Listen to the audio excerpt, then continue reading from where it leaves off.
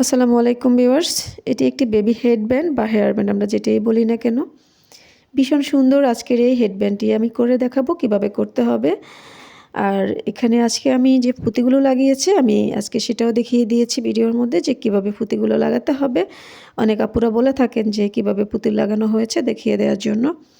So ভিডিওটি ভালো লাগলে একটি লাইক দিবেন, কমেন্টস করবেন, শেয়ার করবেন ফ্রেন্ডদের সাথে, ফ্যামিলির সাথে এবং আমার চ্যানেলটিকে সাবস্ক্রাইব করে দিবেন। সো আজকে আমি মিল্ক কটন সুতা নিয়েছি, এটা ম্যাজেন্টা কালার। আর এখানে 2.5 mm এর হুকটি ইউজ করব আজকে আমি। প্রথমে একটি স্লিপ নট করে নিব। স্লিপ নট করে নেওয়ার পর আমি এখানে চেইন করে নিব হুকের সাহায্যে। সুতা বের করে আনবো লুপের ভিতর দিয়ে, তাহলে আমার চেইন হয়ে যাচ্ছে।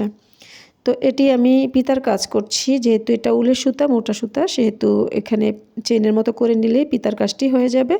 আমি এখানে 8 ইঞ্চি বা 10 ইঞ্চির একটি পিতা করে নিব প্রথমে। তো দেখুন এখানে আমি 8-10 ইঞ্চির মতো একটি পিতা করে নিয়েছি। এরপর 3টি চেইন করছি এক্সট্রা।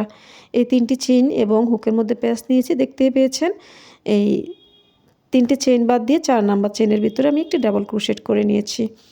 তো এখানে 3টে চেইনকে একটি ডাবল ক্রোশেট কাউন্ট করলে আর একটি ডাবল ক্রোশেট, এই দুটির মাঝখানে একটি গর্ত হয়েছে, অর্থাৎ হোল হয়েছে বা সার্কেল হয়েছে। তো এবারে আমি একটি চেইন করে লুপটিকে বড় করে নিয়েছি হুকের সাহায্যে। এবারে এই যে দুটি লুপ বা এই হোলের ভিতর দিয়ে আমি লুপ বের করে আনছি হুকের মধ্যে প্যাচ নিয়ে।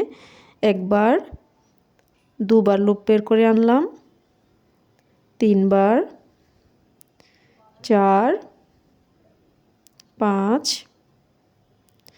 6, এখানে 6 বার লুপ বের করে নিয়েছি।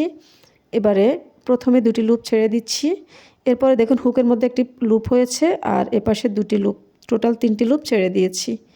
এরপরেও প্রত্যেকবার হুকের একটি লুপ এবং আর দুটি লুপ, টোটাল 3টি লুপ ছেড়ে দিচ্ছি। এভাবে 6 বারই আমি এই কাজ করব, যেহেতু 6 বার আমি লুপ নিয়েছি। আবারও আমি 3টি লুপ ছেড়ে দিয়ে এখানে দুটি লুপ রয়েছে একদম শেষে। এবার এই দুটি লুপের ভিতর দিয়ে আমি লুপ বের করে এনেছি। তো এই পর্যায়ে এখানে আমি ঘুরিয়ে নিব, এভাবে টার্ন করে নিয়ে হুকের মধ্যে আমি প্যাচ নিয়েছি। তো এই হোলের ভিতর দিয়ে আমি ডাবল ক্রোশেট করে নিচ্ছি। এখানে একটি ডাবল ক্রোশেট, দুটি ডাবল ক্রোশেট করেছি এবং দুটি চেইন করছি। এরপর আবারও দুটি ডাবল ক্রোশেট করে নিচ্ছি এখানে।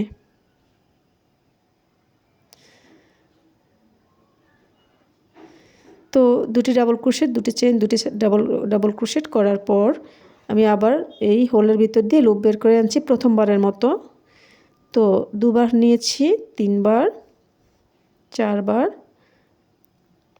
5 বার, 6 বার। এপাশেও 6 বার নিয়েছি আমি, এপাশেও 6 বার নিয়েছি। এবারে প্রথমে দুটি লুপ ছেড়ে দিব, এরপর 3টি করে লুপ ছেড়ে দিব। 3টি করে 6 বার আমি এই কাজটি করব।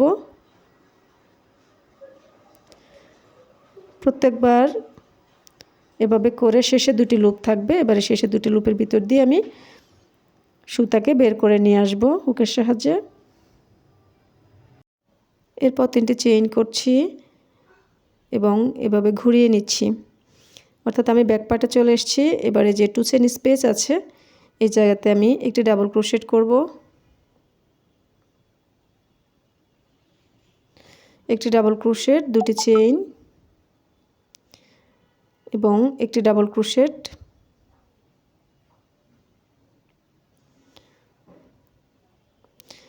এবারে আমি একটি চেইন করে লুপটিকে টেনে বড় করে দিব। এরপর হুকের মধ্যে প্যাচ নিয়ে এই যে ডাবল ক্রোশেটের ভিতর দিয়ে লুপ বের করে নিচ্ছি। এখানে 3 বার হয়েছে অলরেডি, 4 বার, 5 বার, 6 বার এই কাজটি করব। এরপর প্রথমে দুটি লুপ ছেড়ে দিব, প্রথমে দুটি লুপ ছাড়বো, এরপর থেকে 3টি লুপ ছাড়বো। কারণ হচ্ছে দুটি লুপ ছাড়ার ফলে হুকের মধ্যে একটি লুপ আছে আর পাশের হুকের ভিতর থেকে দুটি, তো 3টি হয়েছে। 3টি লুপ ছাড়ছি প্রত্যেকবার, এভাবে 6 বার করতে হবে।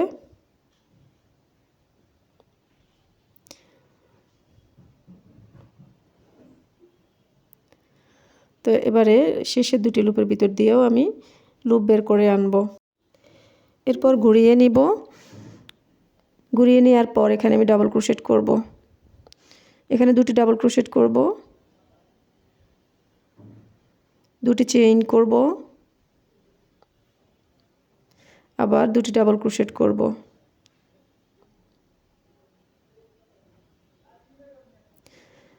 এরপর আমি হুকের মধ্যে প্যাচ নিব।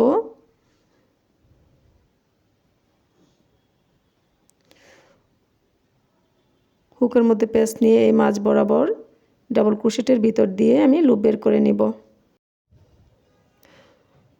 এখানেও 6 বার লুপ বের করে নিব। তো 3 বার হয়েছে, 4 বার,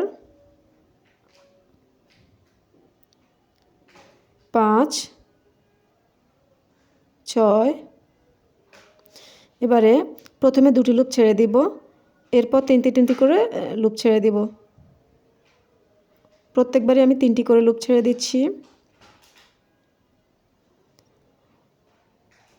এবং শেষেও 3টি লুপ বের করে নিয়ে শেষে যে দুটি লুপ আছে এই দুটি লুপের ভিতর দিয়েও আমি লুপ বের করে নিয়েছি। তো এরপরে আমি আবার 3টি চেইন করে নিব। 3টি চেইন করে ঘুরিয়ে নিব, ব্যাক পার্টে চলে আসব। এরপর যে দুটি চেইনের স্পেস আছে এই দুটি চেইনের মাঝখানে আমি একটি ডাবল ক্রোশেট করছি এবং দুটি চেইন করে আবার একটি ডাবল ক্রোশেট করে নিব। তো এখানে আমি একটি ডাবল ক্রোশেট, দুটি চেইন, একটি ডাবল ক্রোশেট করে নিয়েছি। এবার একটি চেইন করতে হবে। একটি চেইন করে লুপ বাড়িয়ে সেই ডাবল ক্রোশেটের ভিতর দিয়ে 6 বার লুপ বের করে নিব। তো এখানে ঘুরে ফিরে একই কাজ রিপিট হবে। আপনাদের একই নিয়মে যার যতটুকু প্রয়োজন ততটুকু করে নেবেন। আমি এখানে দুটি করে দেখিয়েছি, তো আমার যতগুলো মাপে লাগে ততটুকু আমি করে নিব, করে ফিরে আসব। এখানে অনেকটা করে আমি ফিরে এসেছি। আমার এখানে 8টি পর্যন্ত হয়েছে। আপনাদের কম লাগলে কম করবেন, বেশি লাগলে বেশি করবেন। তো এবার আমি পরের কাজে যাব।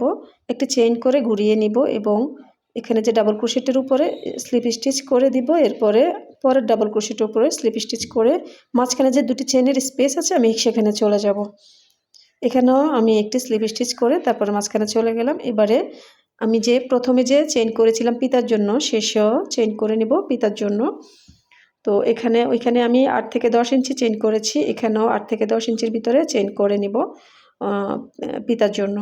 চেইন করা হয়ে গেলে আমি সুতাটিকে কেটে নিব এবং সুতার মাথার মধ্যে একটি গিট দিয়ে নিব প্যাচ দিয়ে।